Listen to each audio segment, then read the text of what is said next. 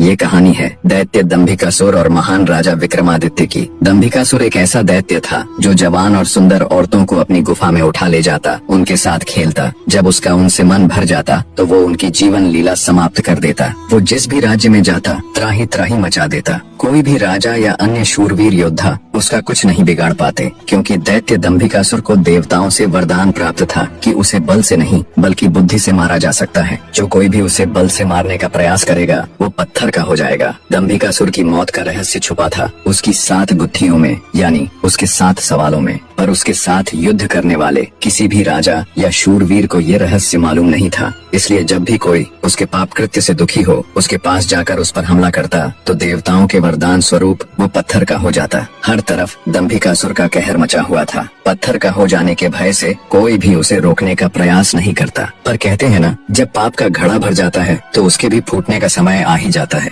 हर जगह अपनी मनमानी कर एक दिन दैत्य दंभिकासुर ने उज्जैन नगरी की तरफ रुख किया। उज्जैन नगरी के ऊपर उस समय महान राजा विक्रमादित्य का शासन था। महाराज विक्रमादित्य न केवल बलशाली थे बल्कि वे बहुत बुद्धिमान भी थे। उन्हें हर प्रकार के कौशल में महारत हासिल थी। उन्हीं दिनों में विक्रमादित्य की नगरी उज्जैन में एक धनी साहूकार रहता था। साहूकार के 2 लड़के थे। बड़े का नाम महेंद्र था और छोटे का लखन। बड़े लड़के का विवाह तो साहूकार ने कर दिया था, पर छोटे बेटे का विवाह करने से पहले ही वो अलीश हो गए। पिता के गुजर जाने के बाद कामकाज और व्यापार संभालने की सारी जिम्मेवारी दोनों भाइयों पर आ गई। दोनों भाई दिल लगाकर कारोबार संभालने में लग गए। दोनों भाई जब काम कर शाम को घर आते तो दरवाजे पर खड़ी महेंद्र की पत्नी अपने पति को दाएं हाथ से लोटा भरकर पानी देती और बाएं हाथ से अपने देवर लखन को। एक दिन लखन ने सोचा, भाभी हर रोज मुझे बाएं हाथ से पानी पीने को देती है, आज मैं उनके दाएं हाथ से पानी पीऊंगा। शाम को जब दोनों भाई काम से लौटे तो लखन अपनी भाभी के बाएं हाथ से पानी पीने के लिए अपने खड़े होने के स्थान को बदलकर अपने बड़े भाई महेंद्र की जगह पर खड़ा हो गया और बड़ा भाई महेंद्र उसकी जगह पर खड़ा हो गया। लखन की भाभी जब उनको पानी देने के लिए आई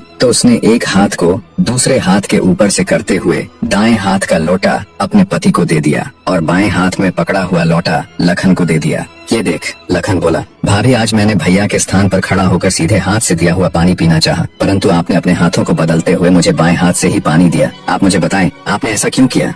लखन की बात सुनकर उसकी भाभी ने उत्तर दिया, अगर तुम्हें सीधे हाथ का दिया हुआ पानी ही पीना है तो तुम भी अपने लिए सीधे हाथ से पानी पिलाने वाली ले आओ। भाभी की कही हुई बात लखन को चुभ गई। वह बिना पानी पिए ही भाभी से कहने लगा, ये लो तुम अपना पानी का लोटा और मैं यहाँ से जा रहा हूँ और अब मैं तभी वापस आऊंगा जब मुझे सीधे हाथ से पानी देने वाली मिल जाएगी, वरना अपनी शक्ल नहीं दिखाऊंगा। इतना कहकर वो तुरंत मुड़ा और चल पड़ा। ये देख उसके बड़े भाई महेंद्र ने उसे रोकने की बहुत कोशिश की, पर वो नहीं माना और बोला, नहीं भैया अब तो तभी वापस आऊंगा जब मुझे मेरे योग्य पत्नी मिल जाएगी। इतना कहकर वो घर छोड़कर चल दिया। चलते चलते वह अपने नगर से दूर कांचीपुरम शहर में पहुंच गया। कांचीपुरम का राजा चंद्रसेन एक धार्मिक विचारों वाला व्यक्ति था। उसके राज्य में चारों ओर अमन शांति का माहौल था, परंतु फिर भी राजा चंद्रसेन हमेशा दुखी रहता था। राजा के दुख का कारण था उसकी जवान बेटी चंद्रकला का स्वास्थ्य। चंद्रकला दिखने में तो अत्यंत खूबसूरत थी, पर उसे एक असाध्य रोग ने घेर रखा था, जिस कारण राजकुमारी हमेशा अचेत अवस्था में रहती थी। राजा ने बहुत सारे हकीम और वैद्य राजकुमारी को ठीक करने के लिए लगा रखे थे, लेकिन उनमें से कोई भी राजकुमारी को ठीक नहीं कर पा रहा था। ठीक कर पाना तो दूर, वे राजकुमारी चंद्रा की बीमारी तक नहीं ढूंढ पा रहे थे।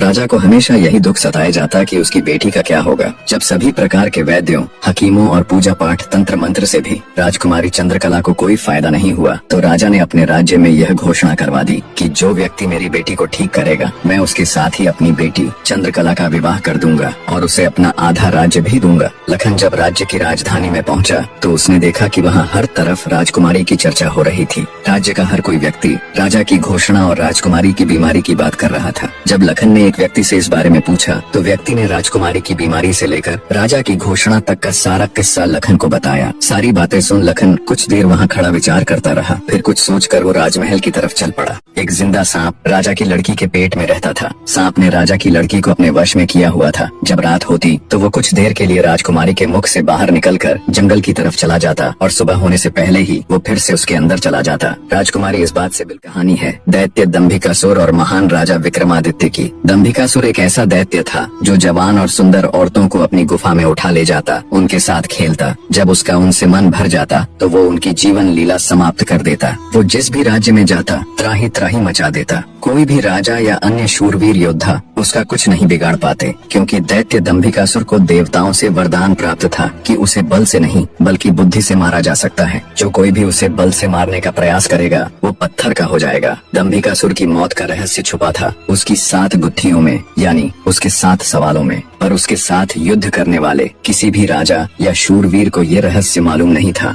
इसलिए जब भी कोई उसके पाप कृत्य से दुखी हो उसके पास जाकर उस पर हमला करता तो देवताओं के वरदान स्वरूप वो पत्थर का हो जाता। हर तरफ दंभिकासुर का कहर मचा हुआ था। पत्थर का हो जाने के भय से कोई भी उसे रोकने का प्रयास नहीं करता। पर कहते हैं ना, जब पाप का घड़ा भर जाता है तो उसके भी फूटने का समय आ ही जाता है। हर जगह अपनी मनमानी कर एक दिन दैत्य दंभिकासुर ने उज्जैन नगरी की तरफ रुख किया। उज्जैन नगरी के ऊपर उस समय महान राजा विक्रमादित्य का शासन था। महाराज विक्रमादित्य न केवल बलशाली थे बल्कि वे बहुत बुद्धिमान भी थे। उन्हें हर प्रकार के कौशल में महारत हासिल थी। उन्हीं दिनों में विक्रमादित्य की नगरी उज्जैन में एक धनी साहूकार रहता था। साहूकार के 2 लड़के थे। बड़े का नाम महेंद्र था और छोटे का लखन। बड़े लड़के का विवाह तो साहूकार ने कर दिया था, पर छोटे बेटे का विवाह करने से पहले ही वो विदेश हो गए। पिता के गुजर जाने के बाद कामकाज और व्यापार संभालने की सारी जिम्मेवारी दोनों भाइयों पर आ गई। दोनों भाई दिल लगाकर कारोबार संभालने में लग गए। दोनों भाई जब काम कर शाम को घर आते तो दरवाजे पर खड़ी महेंद्र की पत्नी अपने पति को दाएं हाथ से लोटा भरकर पानी देती और बाएं हाथ से अपने देवर लखन को।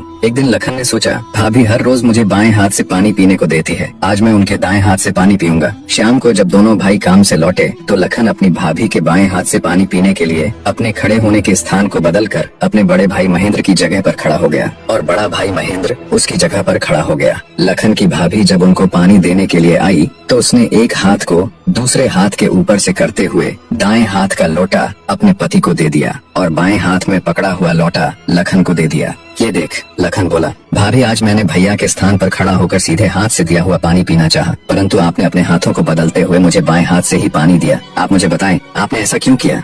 लखन की बात सुनकर उसकी भाभी ने उत्तर दिया, अगर तुम्हें सीधे हाथ का दिया हुआ पानी ही पीना है तो तुम भी अपने लिए सीधे हाथ से पानी पिलाने वाली ले आओ। भाभी की कही हुई बात लखन को चुभ गई। वह बिना पानी पिए ही भाभी से कहने लगा, ये लो तुम अपना पानी का लोटा और मैं यहाँ से जा रहा हूँ और अब मैं तभी वापस आऊंगा जब मुझे सीधे हाथ से पानी देने वाली मिल जाएगी, वरना अपनी शक्ल नहीं दिखाऊंगा। इतना कहकर वो तुरंत मुड़ा और चल पड़ा। ये देख उसके बड़े भाई महेंद्र ने उसे रोकने की बहुत कोशिश की, पर वो नहीं माना और बोला, नहीं भैया, अब तो तभी वापस आऊंगा जब मुझे मेरे योग्य पत्नी मिल जाएगी। इतना कहकर वो घर छोड़कर चल दिया। चलते चलते वह अपने नगर से दूर कांचीपुरम शहर में पहुंच गया। कांचीपुरम का राजा चंद्रसेन एक धार्मिक विचारों वाला व्यक्ति था। उसके राज्य में चारों ओर अमन शांति का माहौल था, परंतु फिर भी राजा चंद्रसेन हमेशा दुखी रहता था। राजा के दुख का कारण था उसकी जवान बेटी चंद्रकला का स्वास्थ्य। चंद्रकला दिखने में तो अत्यंत खूबसूरत थी, पर उसे एक असाध्य रोग ने घेर रखा था, जिस कारण राजकुमारी हमेशा अचेत अवस्था में रहती थी। राजा ने बहुत सारे हकीम और वैद्य राजकुमारी को ठीक करने के लिए लगा रखे थे, लेकिन उनमें से कोई भी राजकुमारी को ठीक नहीं कर पा रहा था। ठीक कर पाना तो दूर, वे राजकुमारी चंद्रा की बीमारी तक नहीं ढूंढ पा रहे थे। राजा को हमेशा यही दुख सताया जाता कि उसकी बेटी का क्या होगा। जब सभी प्रकार के वैद्यों,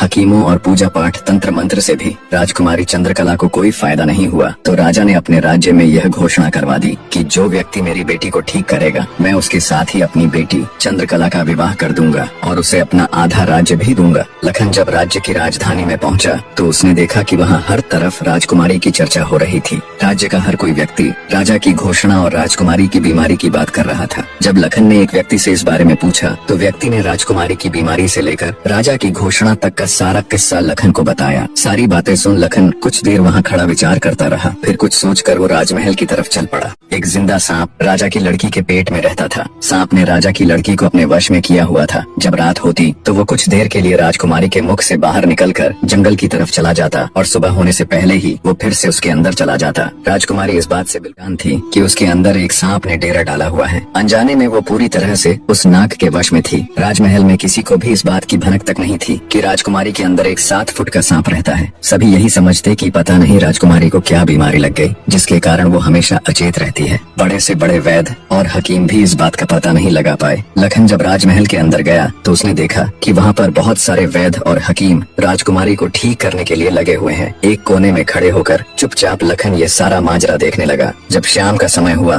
तो सभी हकीम और वैद्य धीरे धीरे करके वहाँ से चले गए। तब लखन राजा के मंत्री के पास गया और बोला, मंत्री महोदय, सभी अपना प्रयास कर चुके हैं, अब एक मौका मुझे भी दिया जाए। लखन की बात सुन मंत्री उसे अपने साथ ले राजा के पास जाता है और लखन का प्रस्ताव राजा के सामने रखता है। बेचारा हर तरफ से निराश हो चुका राजा एक बार अनमने ढंग से लखन की तरफ देखता है, फिर दुखी मन से कहता है, बताओ तुम मेरी बेटी का इलाज किस प्रकार करोगे। लखन राजा को प्रणाम कर बोला, महाराज, मुझे एक रात अपनी बेटी के साथ ठहरने की इजाजत दीजिए, तभी मैं किसी नतीजे पर पहुंच सकूंगा। एक बात और महाराज, मैं बिल्कुल एकांत में राजकुमारी के साथ रहना चाहता हूँ, तभी मैं अच्छे से ध्यान लगाकर राजकुमारी जी की बीमारी का पता लगा पाऊंगा। लखन की आत्मविश्वास भरी बातों से राजा के मन में हल्की सी उम्मीद जागी। उसने लखन को रात में राजकुमारी के साथ एकांत में रुकने की इजाजत दे दी। राजा की इजाजत मिलते ही लखन राजकुमारी के कक्ष में गया और उससे कुछ दूर एकदम चुपचाप बैठकर उसे देखने लगा। जैसे ही रात के 12 बजे का समय हुआ तो अचेत अवस्था में पड़ी हुई राजकुमारी के मुंह से सांप बाहर निकला और महल के परिसर से होता हुआ जंगल की ओर चला गया।